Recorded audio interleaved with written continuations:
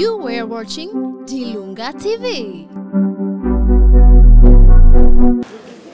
Jumanne Sagin, naibu waziri wa Katiba na Sheria, Mheshimiwa Albert Charamira, wetu wa mkoa wa Dar es Salaam, Bi Felista Mdemu, katibu mkuu anayeshughulika na masuala ya maendeleo ya jamii, Mheshimiwa majaji wa mahakama ya rufani na mahakama kuu mliopo hapa, viongozi wengine waandamizi wa serikali na chama mliopo, wadau wa maendeleo, wakuu wa taasisi, wakili Susan Ndomba, mwenyekiti wa TAWRA, wajumbe wote wa bodi ya wakurugenzi ya TAWRA, wakili Tike Mabitile, mkurugenzi mtendaji wa TAWRA, wanachama na wafanyakazi wote wa chama cha wanawake wanasheria Tanzania, watoa maada, viongozi wa dini ambao wametufanyia dua na sala na mahabari, wageni waalikwa, mabibi na mabwana, Jamhuri ya Muungano wa Tanzania, TAWRA, TAWRA. Kwanza naomba na mimi kama walivyoanza wenzangu nichukue fursa hii kumshukuru Mungu ambaye yeye ni asili ya yote aliyo mema na aliyetujalia uzima na afya na kutukutanisha hapa leo.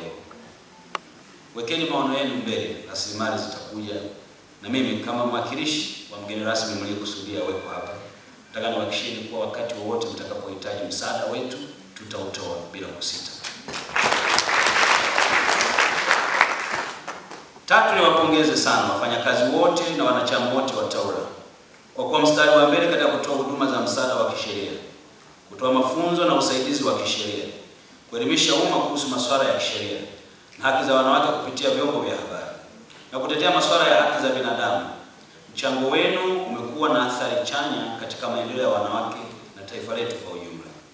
Jitihada zenu zimekuwa zikiunga mkono vile vile mipango mbalimbali kama taifa tulilionayo, mfano mpango wa maendeleo endelevu ya dunia mwaka 2030 yani SDGs 2030, hasa malengo namba 1 ya kutokomeza umaskini, namba 3 afya bora na ustawi, namba 5 usawa wa kijinsia, namba 8 kazi zenye staha na ukuaji wa uchumi, pamoja na namba 10 kupunguza utofauti, na namba 11 miji endelevu, namba 16 amani na haki na taasisi imara. Tunawashukuru sana.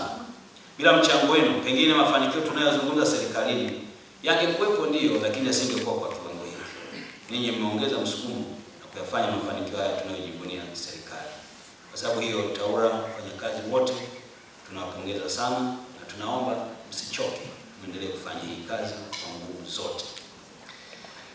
Sasa kwa sababu kazi ya leo ni ndogo yenye vipengele A na B. Moja, kufunga kongamano yani symposium mliokuwa nayo, lakini kufungua mkutano mkuu. Inawezekana nikasahau kwa mwishoni. Naomba nitamke kazi zote mbili nimezifanya rasmi.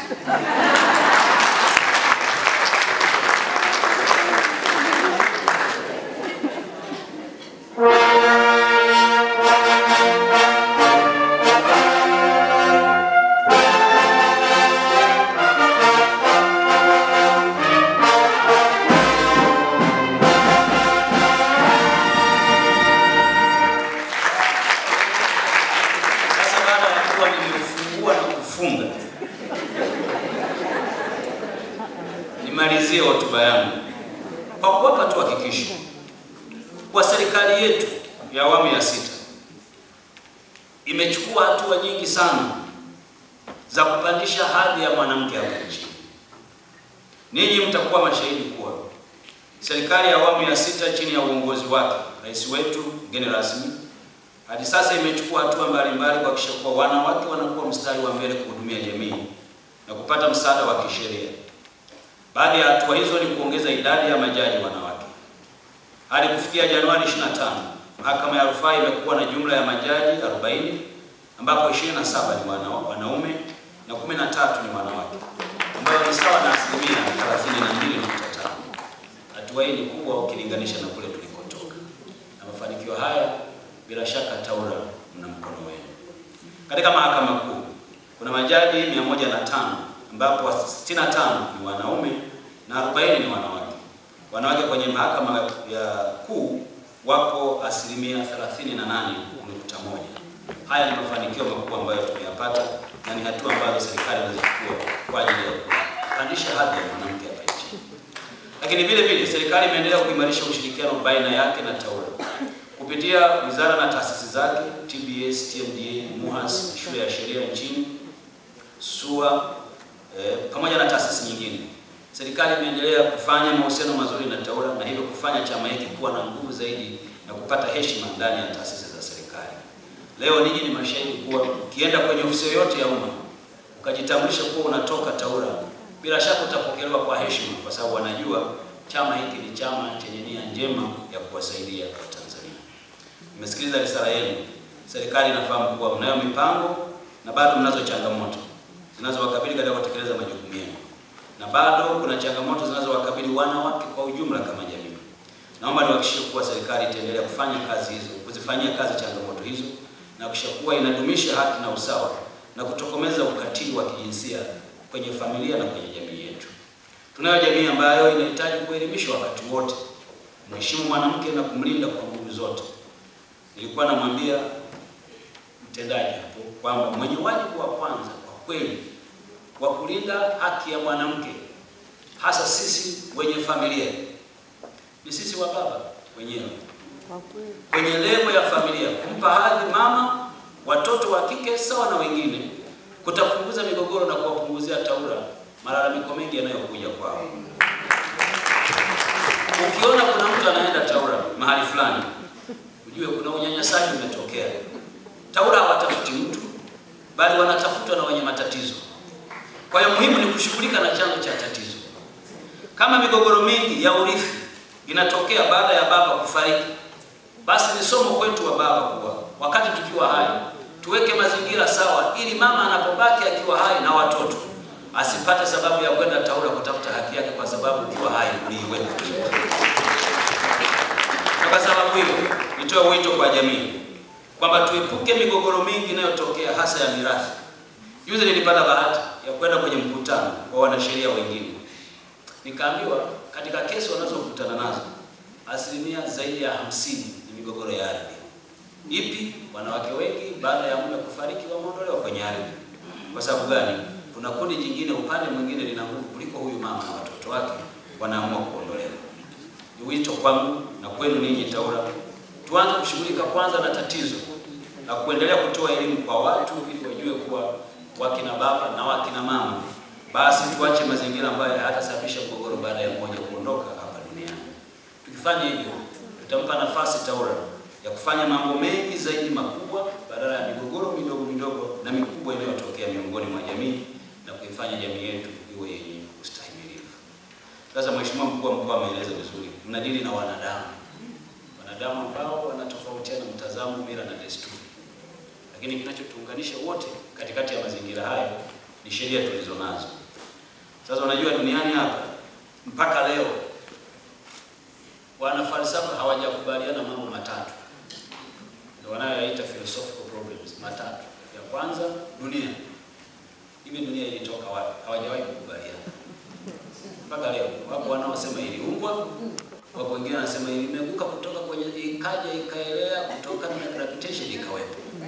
Hawajakubaliana. La pili, binadamu. Hivi binadamu ni nani? Alitoka wapi? Wapo wanaosema aliumbwa, wanaamini kwenye creation. Wapo wengine wanasema alikuwa mnyama nyani akavumbuka akawa binadamu mpaka alivyo leo. Hawajawahi kukubaliana.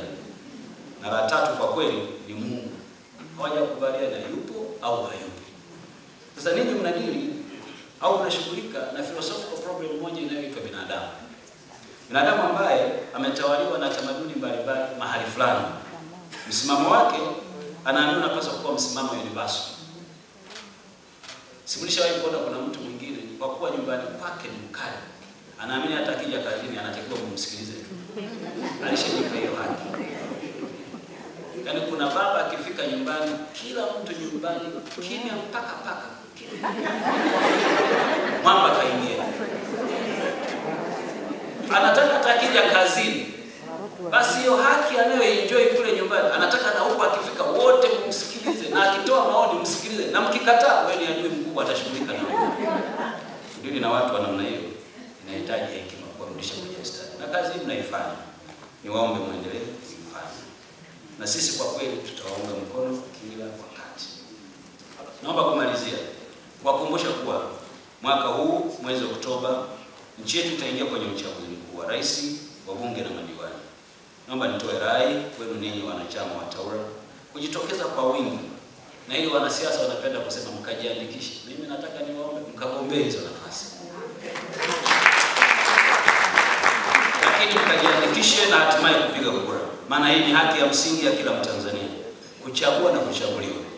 Mkiendelea kuachia wengine, basi mjue kuwa wengine watakaochukua hizo nafasi hawatafanya yale mnayotaka. Ikiwa kuna mmoja wenu ana nia kugombea, afanye hivyo na asivunjwe moyo. Na anaweza kugombea kwa chama chochote. Nchi yetu ni ya vyama vingi. Wito wangu ni kwamba msiache uchaguzi huu ukawa jambo la watu wengine badala ya kuwa jambo lenu. Katika kipindi hiki ni muhimu vile muendelee kuwa sauti ya kutoa elimu, kuhamasisha jamii kuhakikisha kuwa ongezeko kubwa la ushiriki wa wanawake katika jambo hili la uchaguzi linaendelea kuwepo.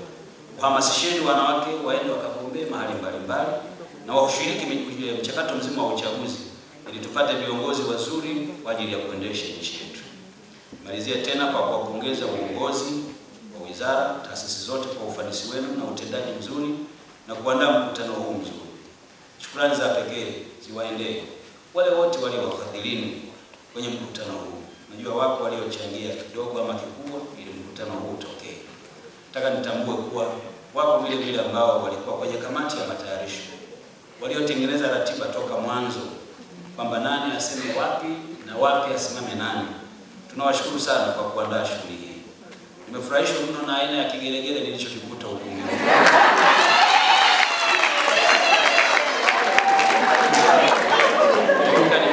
Sijawahi kukisikia.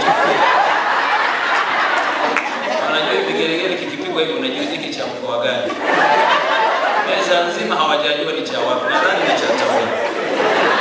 Tunawashukuru sana. Tumeifanya siku hii iwe nzuri. Brass band tunawashukuru kwa kutuburudisha, kwa kuturahisishia wimbo. Nyimbo tulizoziimba pamoja na wanasheria, kuna wengine hata wimbo wa taifa ukiwaambia waimbe watachanganya mabeti. Lakini umetusaidia. Tumeimba vizuri na tunashukuru sana, shughuli hii imekwenda vizuri. Sasa kwa sababu nilishatamka ufunguzi na ufungaji, naomba niseme na washukuru kwa kunisikiliza. Asanteni sana.